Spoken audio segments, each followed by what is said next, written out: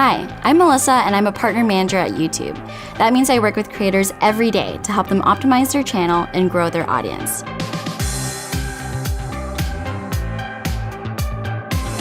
Today, I'm here with YouTube creator Mike Boyd. We're going to be going into his channel to talk about what's going well, areas of improvement, and also answering some of Mike's own questions. But first, Mike, can you tell us a little bit more about your channel and how it's going? Yeah, so my channel is about learning new skills. I try and pick a skill at random, one that I've never tried before, and just try and conquer it as quickly as possible and document that in a YouTube video. And I think it's going okay. One of the very first things that I notice is that you actually have a fairly consistent upload schedule. I try to upload as often as I can without losing my marbles, but I'm not as consistent as I would like to be. One of the things that you might have considered is introducing some sort of supplementary content in between the videos that you've already been producing. I'd like to diversify, but I'm not really sure how to do that. One thing I think might do really well on your channel is live streaming content. We find that folks really enjoy live streaming because they get to see your most authentic self in real time. Yeah, but it's because they can see my authentic self that I haven't done it. No, people have asked for live streams lots of times, so I know it's something that people want. The only reason I haven't done it is because I'm scared.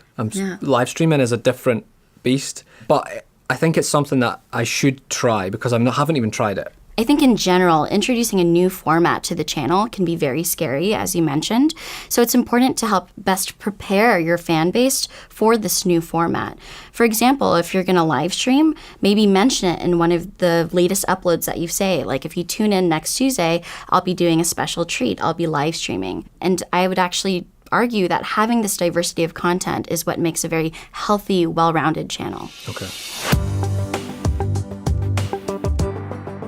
Another thing I noticed is your traffic sources, which basically tells us how people are finding your content. Your browse feature and your suggested videos are one of the top reasons why people find your videos. One thing I noticed in particular is that your YouTube search is a little bit lower than it could be. YouTube search, of course, means what exact words and titles and descriptions are you associating with your videos that help make it more discoverable. And so if we click here, we'll actually be able to identify all the top search terms people use to find you. The very first search term being a Mike Boyd, which is great because it means you have excellent brand recognition. I noticed also that there's a lot of how-to being searched on the channel. Yeah. Can you tell me a little bit more about how you approach titling your videos? For example, learn to versus how to? I feel that titling it how to would be misleading, even though that would be better for search optimization, because it's not a how-to video, it's more of a, this is how I did it. If people are often associating your content or your channel with how-to content, maybe that's a perfect sort of format to dive into or to explore more. So your suggestion is perhaps look at actually making how-to content in addition to my standard stuff. Exactly. A big part of this is just listening to your audience and seeing generally what they like.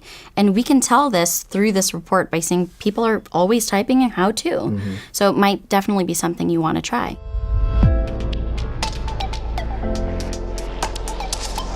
One of the things that you're doing really well are the thumbnails for each of your videos. My wife's going to love you because she does the thumbnails.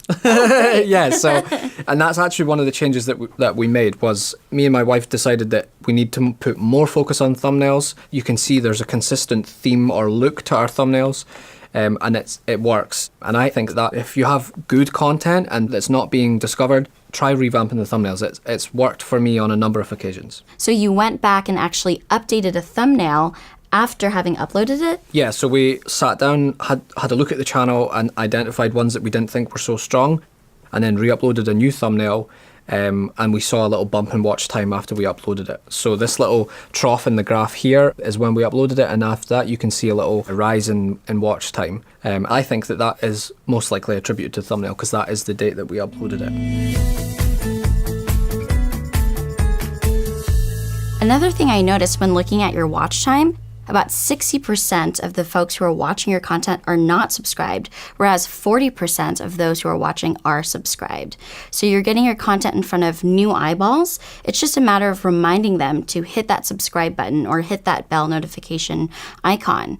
So a really quick takeaway is to make sure you include calls to actions in your videos. Something as simple as don't forget to subscribe to watch this new video can come off as a really strong and authentic call to action.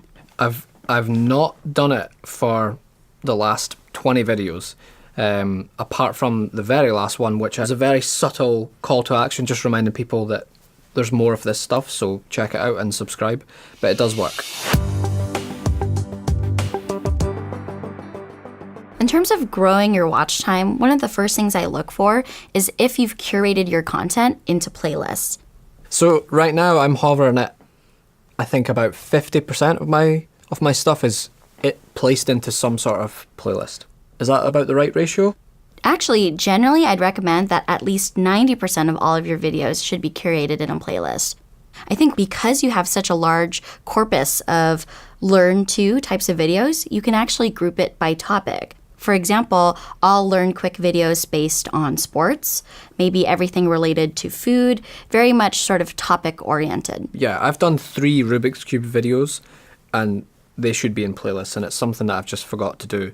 And one of the great things about having a playlist is you can actually assign it as a section on your channel homepage as well. The idea here is you can showcase the diversity of content that you offer and make it easily accessible for somebody to find and to watch. Okay.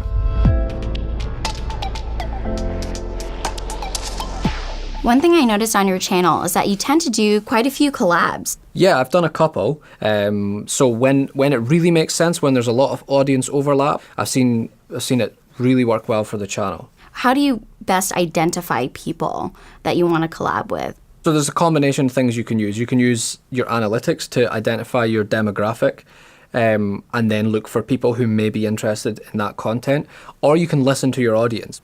My audience were huge fans of Chris Ramsey, a magician and puzzle solver on YouTube, and for a while they were demanding collaboration, and we did it and they loved it. When it comes to the actual collaboration itself, what are some best practices to make sure people actually go from one video to the other? For the blacksmith collaboration I did, he was teaching me how to blacksmith. So people saw him working on my videos, saw the workshop, got an understanding of what he did, and then went and subscribed to him. And that was the same on his channel. When they saw me on his channel, they had an understanding of who I was and what I did, and therefore had a reason to go and subscribe. Usually if it does well for one person, it can also benefit the other person who's collaborating with you. Totally. One of the things I wanted to ask you whilst I was here was about community posts, because I've never done one. I've always been scared of them. I'm worried it comes off as spammy or too much or not what people signed up for. But I have seen creators use them in a positive way. I'm just wondering, what are your thoughts on that?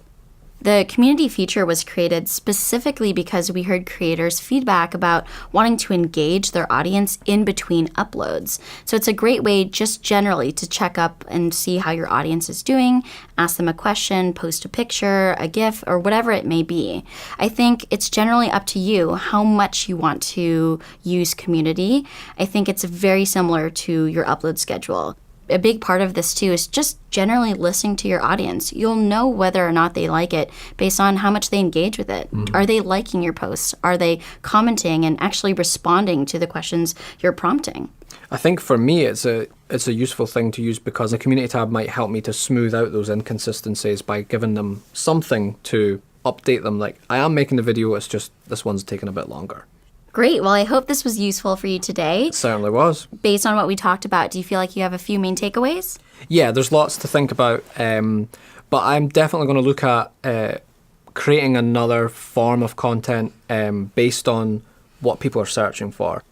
Also experiment with live streaming, see how it goes, and also look at using the community tab at least once to see how people respond, so I can give them an update in between long periods of no uploads. Great. Now that Mike was able to figure out some concrete action items for his channel, we want to hear from all of you. Let us know in the comments what you learned and what you want to implement on your own channel. And if you're interested in how channels get partner managers, check out this resource. Be sure to subscribe and check out more awesome videos on the YouTube Creators channel. Bye!